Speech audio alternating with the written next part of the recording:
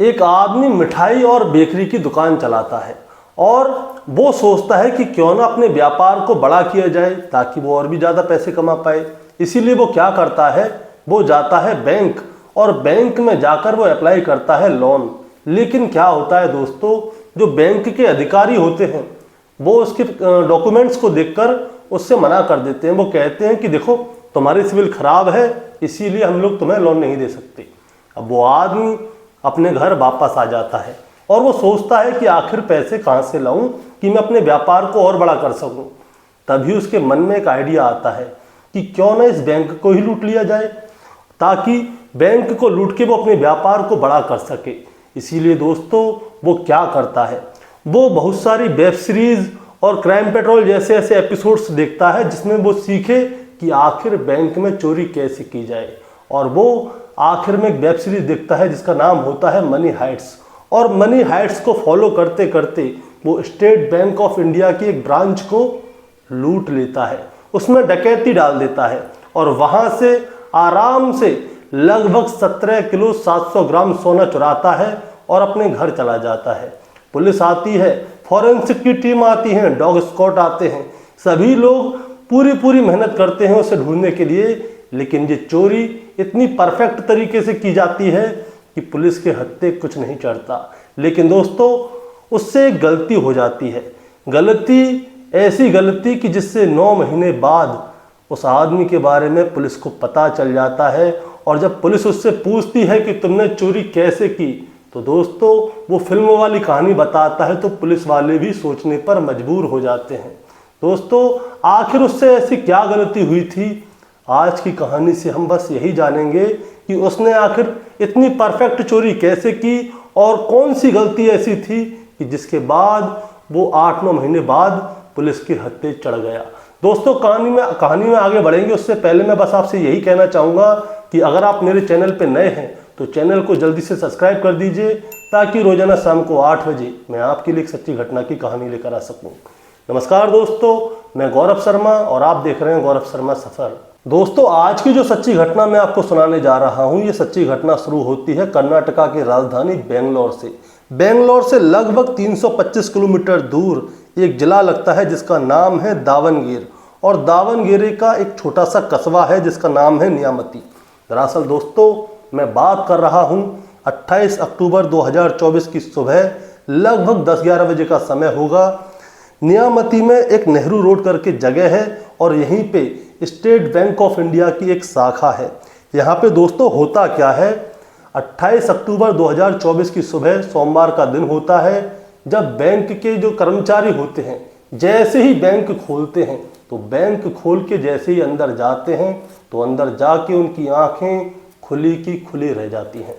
दरअसल दोस्तों इस बैंक के अंदर क्या हुआ था, राइट हैंड साइड पर एक खिड़की थी, उस खिड़की को तोड़ा गया था और उसके बाद जो इसके लॉकर रूम थे, लॉकर रूम में एंट्री की गई थी। और जिसमें क्या होता है, लॉकर रूम एक साइड और 2 साइड के होते हैं, तो उसमें एक साइड के सारे लॉकर काटे गए थे। ऐसा लगता था कि गैस कटर मशीन से वो लॉकर काटे गए हैं। और उसमें लगभग 500 ग्राहकों का सोना था, यानी कि एक ही साइड में 500 लॉकर थे जिनमें कि 500 ग्राहकों का सोना था। और दूसरी साइड में जो लॉकर थे उनको भी काटने की कोशिश की गई थी। लेकिन शायद उस समय पे ऐसा हुआ होगा कि जिस समय ये लोग लॉकर काट रहे होंगे या तो उनका जो कटर मशीन है, गैस कटर मशीन, वो खराब हो गई होगी या फिर उनकी गैस खत्म हो गई होगी। इसीलिए दूसरी तरफ का जो लॉकर है वो काटे नहीं गए, एक ही तरफ के लॉकर काटे गए थे। तो इसीलिए जितना भी सोना था वो सारे सोने को, चांदी को, जितने कैश थे उन सबको लेकर चोर वहाँ से रफू चक्कर हो जाते हैं। इसके बाद क्या होता है दोस्तों, बैंक का ही एक अधिकारी जिसका नाम होता है सुनील कुमार यादव, वो नियामती थाने में कॉल करता है और उनसे कहता है कि नेहरू रोड पर हमारा जो स्टेट बैंक ऑफ इंडिया की शाखा है उसके अंदर डकैती डल गई है, आप जल्दी से आ जाइए। इसके बाद दोस्तों पुलिस मौके पर पहुंचती है और पूरे बैंक की अच्छी तरह से जांच पड़ताल करती है, लेकिन बैंक में उनको कुछ भी नहीं मिलता। इसीलिए यहाँ पे बीएनएस की धारा 305, 331/3, 331/4 के तहत मुकदमा दर्ज कर लिया जाता है। पुलिस के बड़े बड़े अधिकारी आते हैं, जैसे DIG B Ramesh, SP Uma Prasad, ASP Bagrish और एसएचओ रवि एनएस। ये बड़े बड़े अधिकारी मौके पर पहुंचते हैं, यहाँ की जांच पड़ताल करवाते हैं। यहाँ पे 5 इंस्पेक्टर और 10 सब इंस्पेक्टर की टीम बनाई जाती है। फॉरेंसिक की टीम आती है। फॉरेंसिक की टीम आके वहाँ के जो डीवीआर होते हैं उनको चेक करते हैं, लेकिन दोस्तों डीवीआर मौके से गायब हो चुके होते हैं। दरअसल ये जो चोर आए थे इन्होंने डीवीआर ही चुरा लिया था साथ में, ताकि इनकी जो भी फुटेज बनी हो वो किसी के हाथ ना चढ़ पाए। इसके बाद दोस्तों क्या होता है, डॉग स्क्वाड आता है, यानी कि खोजी कुत्ते आते हैं। और जब खोजी कुत्ते आते हैं तो वहाँ पे क्या होता है, जब वो सूंघते हैं तो खोजी कुत्ते जो है खांस खांस के परेशान हो जाते हैं। दरअसल हुआ क्या था, जो चोर आए थे बैंक में डकैती डालने के लिए, उन्होंने पूरे के पूरे बैंक में मिर्ची पाउडर छिड़क दिया था, ताकि कुत्ते उनका पीछा ना कर सकें। कुत्ते सिर्फ मिर्ची की खुशबू सूंघें और उसी की वजह से जितने भी खोजी कुत्ते थे वो सब खांस खांस के परेशान हो गए थे। उनका खांस खांस के बुरा हाल हो चुका था। पुलिस बैंक के अधिकारियों से पूछती है कि क्या आपके बैंक में सायरन नहीं है, वो सायरन क्यों नहीं बजा। तो बैंक के जो अधिकारी होते हैं वो बताते हैं कि हमारे बैंक में सायरन तो है, लेकिन वो सायरन बहुत ज़्यादा पुराना है। अब दोस्तों बैंक में यानी कि एसबीआई की ब्रांच में इतनी सारी लापरवाही बरती गई थी, इसका कोई कहना ही नहीं था। अब पुलिस की नज़र में क्या होता है, बैंक का जितना भी स्टाफ होता है वो सभी के सभी सस्पेक्ट होते हैं। अब पुलिस इन सारे स्टाफ से एक एक करके पूछती है कि बताओ क्या क्या चीज़ कैसे कैसे हुई, लेकिन पुलिस के हत्थे कुछ भी नहीं लगता। अब जब पुलिस के हाथों कुछ नहीं लगता तो दोस्तों पुलिस क्या करती है, पुलिस आसपास के इलाके के जितने भी कैमरे होते हैं उनको जांच पड़ताल करती है, लेकिन उन कैमरों में भी कुछ नहीं मिलता। मैं आपको दोस्तों बताना चाहूँगा कि ये बैंक डकैती कब हुई थी। ये बैंक डकैती हुई थी 25-26 अक्टूबर 2024 की रात को। 27 तारीख को बैंक बंद था, 28 तारीख की सुबह बैंक खुलता है तो पता चलता है कि बैंक में डकैती हो चुकी है। पुलिस को जितने हाथ पैर मारने थे मार लिए, लेकिन पुलिस के हाथों कुछ भी नहीं लगता। इसके बाद पुलिस क्या करती है, जो आसपास के प्रदेश हैं जैसे उत्तर प्रदेश है, हरियाणा है, आंध्र प्रदेश है, तमिलनाडु है और भी जितने आसपास के मध्य प्रदेश वगैरह पड़ते हैं, उन सभी जगह के चोरों से संपर्क साधती है। वहाँ के पुलिस अधिकारियों से संपर्क साधती है कि कहीं ऐसा तो नहीं कि दूसरे प्रदेश के कोई चोर आए हों, यहाँ पे चोरी की हो और यहाँ से सारा माल लेके रफू चक्कर हो गए हों।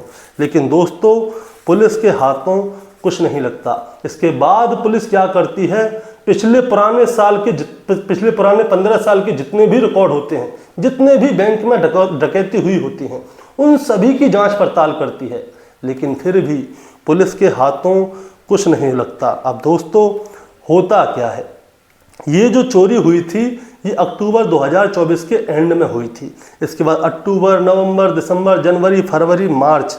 अब मार्च में क्या होता है, मार्च के आखिर में पुलिस के पास एक फ़ोन आता है और फ़ोन करने वाला जो होता है तमिलनाडु के एक इलाके का होता है।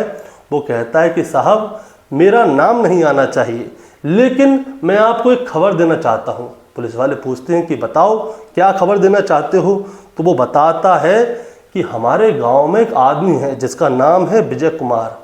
विजय कुमार जो है वो पहले बहुत ज़्यादा गरीब था, मतलब कि उसकी परिस्थिति इतनी अच्छी नहीं थी, एक छोटी सी दुकान चलाता है, लेकिन आजकल क्या है उसके रहने का पूरा तरीका ही बदल गया है। पुलिस वाले पूछते हैं कि कैसे तरीका बदल गया ये बताओ। वो कहता है कि वो क्या कर रहा है, उसने कुछ ही समय के अंदर अपना घर बना लिया, अपने यार दोस्तों को ऐसे 2-4 लाख रुपए उधार में दे रहा है, यहाँ तक कि अपने दोस्तों को घर बना के दे रहा है। पहले उसके पास पैसा नहीं था, लेकिन अब उसके पास पैसा कहाँ से आया, ये सोचने वाली बात है। दरअसल दोस्तों ये जो विजय कुमार है वो तमिलनाडु का रहने वाला था, लेकिन आजकल वो जो है कर्नाटका के देवगिरी के जो कस्बा है, देवगिरी का जो कस्बा है नियमती में एक छोटी सी बेकरी की दुकान चलाता है और उसमें ही जो है मिठाई की दुकान अटैच है। अब उसके पास इतना पैसा कहाँ से आया, यही सोचने वाली बात थी। अब दोस्तों कॉल पे पुलिस को बस ये सुनना ही था कि पुलिस तुरंत विजय कुमार के घर पहुंच जाती है और उससे पूछती है कि बताओ तुम्हारे पास इतने पैसे कैसे आए कि तुमने अपना घर बना लिया, अपने यार दोस्तों को 2-2 4-4 लाख रुपए ऐसे ही उधारी पे दे रहे हो, यहाँ तक कि अपने दोस्तों को घर बना बना के दे रहे हो, तुम काम क्या करते हो। अब विजय कुमार ये सारे प्रश्नों के उत्तर देने में असमर्थ हो गया, वो हड़बड़ा गया, उसकी जवान कांपने लगी थी। अब पुलिस वाले उससे पूछते हैं कि तुम्हारा काम क्या है, पहले ये बताओ। वो बताता है कि मेरा नियामती में ही एक VIP स्नैक्स और मिठाई के नाम से शॉप है, मैं वो शॉप चलाता हूँ। अब पुलिस वाले कहते हैं कि चलो अपनी शॉप दिखा के लाओ। शॉप ज़्यादा इतनी खास नहीं थी। दरअसल होता क्या है दोस्तों, ये जो विजय कुमार है पिछले 30 साल से अपने पिता के साथ इस दुकान पे ही काम किया करता है। अब इसको अपनी शॉप चलानी थी, लेकिन शॉप इतनी ज़्यादा चल नहीं रही, तो इसके पास इतना पैसा कैसे आया। पुलिस को विजय कुमार के ऊपर हो गया शक, और फिर उसके बाद पुलिस विजय कुमार के साथ थोड़ी सख्ताई बरतती है, और जैसे ही सख्ताई बरतती है तो विजय कुमार तोते की तरह बोलने लगता है। विजय कुमार बताता है कि साहब, मैं पिछले 30 साल से अपनी VIP मिठाई एंड स्नैक की शॉप चला रहा हूँ। मेरे पिताजी चलाते थे, मैं उनके साथ ही चला रहा था, लेकिन मेरे ऊपर थोड़ा बहुत कर्जा हो गया, तो मैंने सोचा कि क्यों ना मैं बैंक जाऊं और बैंक से थोड़ा सा लोन ले लूं, जिससे कि मैं अपना कर्जा भी चुका लूं और अपनी दुकान में थोड़ा सा पैसा लगा लूं, जिससे कि उसका काम बढ़ सके और उसकी वजह से मैं और ज़्यादा पैसे कमा सकूं।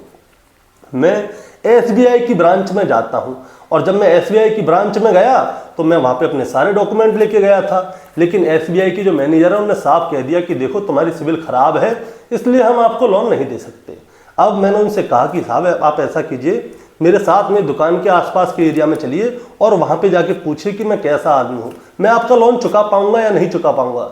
तो बैंक के मैनेजर बोलते हैं कि देखिए, हम लोगों की बात के हिसाब से नहीं चलते, हम चलते हैं सिविल के हिसाब से। अगर आपकी सिविल अच्छी होती तो हम आपको लोन देते, लेकिन आपकी सिविल अच्छी नहीं है, तो इसीलिए हम आपको लोन नहीं दे सकते। अब विजय कुमार जो है वो परेशान हो जाता है, उदास हो जाता है, मायूस हो जाता है। फिर वो सीधे अपने घर पे आता है। घर पे बैठा बैठा सोचता है कि आखिर पैसे कहाँ से लाऊं। अब बैठे बैठे सोचते सोचते खाली दिमाग जो होता है दोस्तों, वो शैतान का घर होता है। उसके दिमाग में फितूर जागा कि क्यों ना इस बैंक को ही लूट लिया जाए। अगर बैंक को लूट लूँगा तो सारा पैसा मेरा, और सारा पैसा मेरा तो मेरे को पैसे लौटाने भी नहीं है, कि ब्याज के साथ लोन में जैसे पैसे देने पड़ते हैं वो भी नहीं देने पड़ेंगे। इसीलिए वो क्या करता है दोस्तों, वो कुछ वेब सीरीज देखता है, क्राइम के शो देखता है, फिल्म देखता है। इसी बीच उसके सामने एक फिल्म आती है जिसका नाम होता है मनी हाइट्स। मनी हाइट्स एक वेब सीरीज है, और इसमें क्या होता है, एक बैंक की चोरी डकैती दिखाई जाती है। ये उस फिल्म को बहुत अच्छी तरह से देखता है, और फिर इसका दिमाग और ज़्यादा चलने लगता है। ये दोस्तों इसके बाद अपनी एक पूरी टीम बनाता है, और उस टीम में कौन कौन होते हैं। उस टीम में सबसे पहला होता है विजय कुमार, उसके बाद इसका भाई है अजय कुमार, फिर इसका जीजा है परमानंद, फिर इसका एक दोस्त है अभिषेक, और एक और दोस्त है चंद्रशेखर, और तीसरा भी इसका दोस्त है मंजुनाथ। ये टोटल 6 लोगों की टीम बनाते हैं, और ये लोग क्या करते हैं, पूरी प्लानिंग करते हैं कि बैंक में कैसे कैसे जाना है, कैसे कैसे नहीं जाना, और चोरी परफेक्ट तरीके से कैसे करेंगे। अब ये क्या करते हैं दोस्तों, इनके गांव में ही एक स्कूल होता है जिसका नाम होता है सुरहान। वहाँ पे ये लोग प्लानिंग करते हैं कि बैंक में चोरी करनी है तो कैसे करनी है। ये लोग क्या करते हैं, उस बैंक के पास जाते हैं रोज़ाना, और वहाँ पे कितने CCTV कैमरे हैं ये सारी चीज़ देखते हैं। वहाँ से कैसे शॉर्टकट का आने का रास्ता है ये देखते हैं, और वहाँ पे जाया करते थे तो थोड़ी सी मिट्टी उठा के लाया करते थे, और ये देखते थे कि कितनी स्पीड में ये अपने गंतव्य पे यानी कि जहाँ पे जाना चाहते हैं वहाँ पे पहुँच पाएंगे। कुछ ईंट उठा लाया करते थे, कोई सरिया उठा लाया करते थे। ऐसे करते करते इनको पूरे 9 महीने बीत जाते हैं, और उसके बाद ये लोग एक तारीख चुनते हैं, और वो तारीख होती है 25 अक्टूबर 2024। अब दोस्तों इन्होंने 25 अक्टूबर 2024 ही क्यों चुनी। दरअसल होता क्या है, 25 अक्टूबर 2024 को था शुक्रवार, इसके अगले दिन था 26 अक्टूबर, और 26 अक्टूबर को था शनिवार, और शनिवार था 4th सैटरडे, यानी कि शनिवार को बैंक को बंद रहना था। और 27 तारीख को था रविवार, और रविवार को भी बैंक को बंद रहना था, यानी कि 25 तारीख के बाद ये बैंक 2 दिन बंद रहता। उसके बाद 28 तारीख को ये बैंक खुला और उसके बाद ये सारा मामला इन लोगों के सबके सामने आया कि बैंक में डकैती हुई थी। अब इन्होंने क्या किया दोस्तों, मैं आपको बताता हूँ। ये जाते हैं बाजार में शिवमोगा और नियामती से ये लोग क्या करते हैं, ये साइलेंस गैस कटर खरीदते हैं, यानी कि जिससे दरवाज़ा खिड़कियों को काटा जा सके। उसके बाद ये काले मुखौटे खरीदते हैं, काले कपड़े खरीदते हैं ताकि ये पहचाने न जा सकें। इसके बाद ये लोग 25 अक्टूबर को जाते हैं, 25 अक्टूबर की रात को बैंक में जाते हैं और राइट साइड में एक खिड़की होती है, उस पूरी खिड़की को काट कर बाहर निकाल लेते हैं और इसके बाद ये सीधे घुस जाते हैं लॉकर रूम में। अब लॉकर रूम में जो एक साइड के जो लॉकर होते हैं, उन सारे लॉकरों को ये गैस कटर से काटने का नंबर लगाते हैं और उन सारे लॉकरों में लगभग 17 किलो 750 ग्राम सोना निकला था, जिसकी कीमत 12 करोड़ 95 लाख रुपए होती है। अब ये सारे लॉकरों को काट डालते हैं। अब दूसरी तरफ के लॉकरों की बारी आती है और जब दूसरी तरफ के लॉकरों की बारी आती है तो इनके जो गैस होती है वो गैस ख़त्म हो जाती है, इसीलिए ये दूसरी रो के लॉकरों को काट ही नहीं पाते। अब क्या करते हैं, वहाँ से ये जब भाग रहे होते हैं तो वहाँ के जितने भी डीवीआर होते हैं उन डीवीआरों को उखाड़ के अपने पास रख लेते हैं और पूरे बैंक में मिर्ची पाउडर छिड़क देते हैं ताकि जब खोजी कुत्ते आए तो वो इनको पकड़ ना सकें। और वहाँ से निकल के ये सीधे अपने अपने गांव भाग जाते हैं। और दोस्तों होता क्या है, अब जब ये गांव भाग गए थे तो गांव भागने के बाद सब कुछ शांत हो गया। पुलिस यहाँ पे इनको ढूंढ रही थी लेकिन किसी को नहीं पता चलता कि कहाँ गया पैसा, कौन चोर थे, किसने डकैती डाली। पुलिस भी ढूंढ के हार गई थी। अब ये जो चोरी हुई थी वो हुई थी अक्टूबर 2024 में। अब अक्टूबर के बाद नवंबर, दिसंबर, जनवरी, फरवरी और आ जाता है मार्च। और मार्च में दोस्तों क्या होता है, मार्च में पुलिस के पास कॉल आता है। पुलिस के पास जब कॉल आता है तो पुलिस विजय कुमार के पास जाती है और विजय कुमार से जब पूछती है तो वो ये सारी कहानी सुनाता है। अब इसके बाद में एक और बात बताता हूँ, विजय कुमार ने क्या किया था। विजय कुमार ने जो सोना चुराया था उसमें से थोड़ा सा सोना तो निकाल लिया था, उसमें से लगभग 15 किलो सोना जो होता है उसका ये क्या करता है, तमिलनाडु में ही मदुरई करके एक जगह है और मदुरई के जंगलों में एक कुआं होता है और उस कुएं में जाकर विजय कुमार 15 किलो सोने को छुपा देता है और अपने साथियों से कहता है कि जब भी हमें ज़रूरत होगी हम तभी सोने को निकालेंगे। अगर हमने सोने को अपने पास रखा, किसी को पता चल गया तो लेने के देने पड़ जाएंगे। और जो 2-2.5 किलो सोना होता है विजय कुमार उसे अपने पास रख लेता है और फिर क्या करता है, वो उससे अपना मकान बनवाता है, अपनी दुकान में पैसे लगवाता है और जो इसके दोस्तों के घर थे उन सभी के घर बनवाता है, उनको पैसे। और जो इसके गांव में लोग उधार लेने के लिए आते थे वो कहते भैया थोड़ा सा पैसा चाहिए, तो विजय कुमार बिना सोचे समझे उनको 2-2, 4-4 लाख रुपए ऐसे ही दे देता था। और जब वो ऐसे ही 2-2, 4-4 लाख रुपए दे रहा था तो गांव के लोगों को इसके ऊपर हुआ शक। तभी कोई गांव का ही व्यक्ति पुलिस के पास फ़ोन कर देता है और पुलिस के पास जब फ़ोन जाता है तो पुलिस सीधे विजय कुमार के पास आती है और विजय कुमार के पास जाकर वो सारा का सारा सोना बरामद कर लेती है। और उसके बाद क्या होता है दोस्तों, पुलिस उस सारे सोने को यानी कि 15 किलो सोना उस कुएं में से निकलवाती है और उसके बाद उसकी जो प्रदर्शनी लगवाती है तो 2 जो दीवारें हैं वो पूरी की पूरी सोने से ढक जाती हैं। अब मैं आपको बताता हूँ पुलिस ने इनसे टोटल कितना सोना बरामद किया था। 15 किलो सोना जो था वो कुएं के अंदर था और लगभग 1 किलो के आसपास सोना विजय कुमार के पास से बरामद हुआ।